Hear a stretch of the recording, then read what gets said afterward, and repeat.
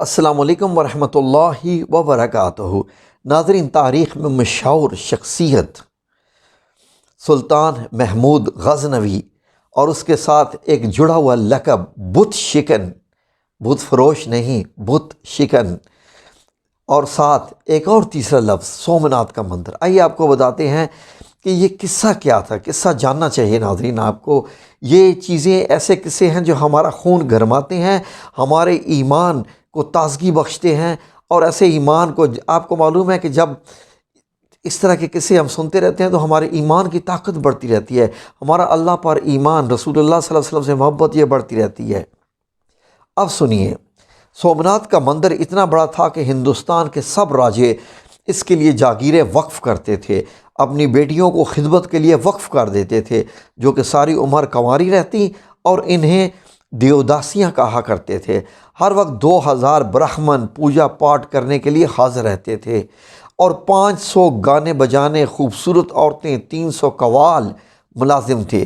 سومناتھ کے بت کی چھت، جو سومناتھ کے جو بت اس کے اندر جو لٹکایا ہوا تھا، اس کی چھت 56 ستونوں پر قائم تھی۔ وہاں مصنوعی یا سورج کی روشنی کا بندوبست بالکل نہیں تھا، بلکہ ہال کی قندیلوں میں جڑے اعلیٰ درجے کے جواہرات روشنی مہیا کرتے تھے۔ اللہ کے دلاور، اللہ کے بہادر سلطان محمود غزنوی بت شکن نے سونے اور چاندی کے چھوٹے چھوٹے بتوں کو روندنے کے بعد بادشاہ بت کے سامنے جا کھڑے ہوئے۔ یہ بت 6 فٹ زمین کے اندر اور 9 فٹ زمین سے بلند تھا۔ اسی دوران شہر کے معزز سمجھنے والے ہندوؤں نے منہ مانگی مال و دولت کی پیشکش کی کہ سومناتھ کے بادشاہ بت کو کچھ نہ کہیں۔ سلطان محمود غزنوی کے دیسی دانشوروں نے مشورہ دے دیا کہ پتھر کو توڑنے کا کیا فائدہ، جبکہ مال و دولت مسلمانوں کے کام آئے گا۔ یہی کنویں میں کتے والی سوچ ہمارے آج کل کے حکمرانوں کی ہے کہ جہاد میں کیا رکھا ہے، اپنی معیشت کو مضبوط کیجئے۔ سلطان محمود غزنوی نے دیسی دانشوروں کی بات سن کر کہا، اگر میں نے تمہاری بات مان لی تو دنیا اور تاریخ مجھے بت فروش کہے گی، جبکہ میری چاہت یہ ہے کہ دنیا اور آخرت مجھے محمود غزنوی بت شکن کے نام سے پکارے۔ یہ کہتے ہی محمود بت شکن کی توحیدی غیرت جوش میں آئی اور ہاتھ میں پکڑا ہوا گڑ سومناتھ کو دے مارا۔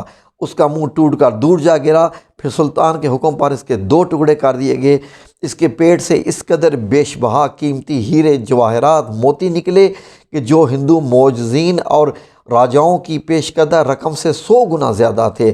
محمود غزنوی نے وہ بت توڑا جو فتح مکہ سے ایک رات قبل بنو امیہ کے سردار نے کعبہ سے ٹرانسفر کروایا تھا۔ اسے سنبھال کر رکھنا، ہم لینے آئیں گے۔ وہ تو نہ آ سکے، لیکن بنو ہاشم سے محمود غزنوی ضرور پہنچ گیا توڑنے کے لیے، اس لیے کہ کافر مورخین سلطان کو ڈاکو کہتے ہیں، جبکہ اسلام اسے مال غنیمت کہتا ہے۔ یاد رکھیں، غیرت مند مسلمان بت شکن ہوتا ہے، بت فروش نہیں ہوتا۔ بت شکن سلطان محمود غزنوی رحمۃ اللہ علیہ وہ ہستی ہے کہ جب ظاہر شاہ کی حکومت 1974 کی اب بات کر رہے ہیں، 1000 سال بعد کی، کہ جب زلزلہ آیا اور محمود غزنوی کی قبر پھٹ گئی تو منتظمین نے قبر کو ٹھیک کرنے کے لیے پوری قبر کھول دی۔ اس کو مرے ہوئے 1000 سال ہو گئے تھے۔ ان کی قبر میں سے عجیب منظر تھا، اس کا کفن تک میلا نہیں ہوا تھا۔ 1000 سال بعد بھی اس کا کفن ویسے کا ویسا ہی تھا۔ اس کا ہاتھ سینے پر تھا اور کفن سینے سے کھلا ہوا تھا۔ ایسے لگتا تھا کہ جیسے آج ہی کسی نے اس کو قبر میں اتارا ہو۔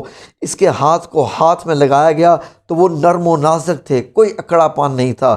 ساری دنیا میں اس کی خبر پھیل گئی۔ اللہ کے دین، ملک و ملت کی حفاظت کرنے والوں کو اللہ دنیا میں بھی اور آخرت میں بھی بلند مقام عطا کرتی ہے۔ ناظرین، وہ جو تاریخ کے سامنے اپنے ذاتی مفاد یا کسی بھی قسم کے لالچ میں آ کر ایسے ایسے قدم اٹھا دیتے ہیں، دنیا پھر ان کو یاد نہیں رکھتی۔ ناظرین، پاکستان میں اس وقت بھی جو حکمران ہیں، جو حکمرانی کر کے جا چکے ہیں، سب کی ایک تاریخ لکھی گئی ہے۔ وہ چاہیں نہ چاہیں ان کو لکھا جائے گا، کون کس قدر لوٹ کے لے کے گیا، کس نے کس طریقے سے ملک کو جو ہے وہ بگاڑا، کس نے کس طریقے سے ملک کو لوٹا۔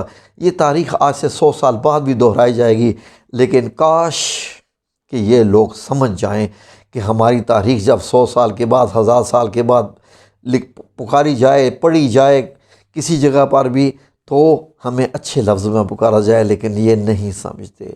یہ لوگ وقتی فائدہ سمجھتے ہیں۔ وقتی فائدہ صرف وقتی ہوتا ہے، آج مار گئے قبر میں ختم آپ کی۔ اللہ اکبر۔ یقیناً آپ کو واقعہ اچھا لگا ہوگا۔ جزاکم اللہ خیر۔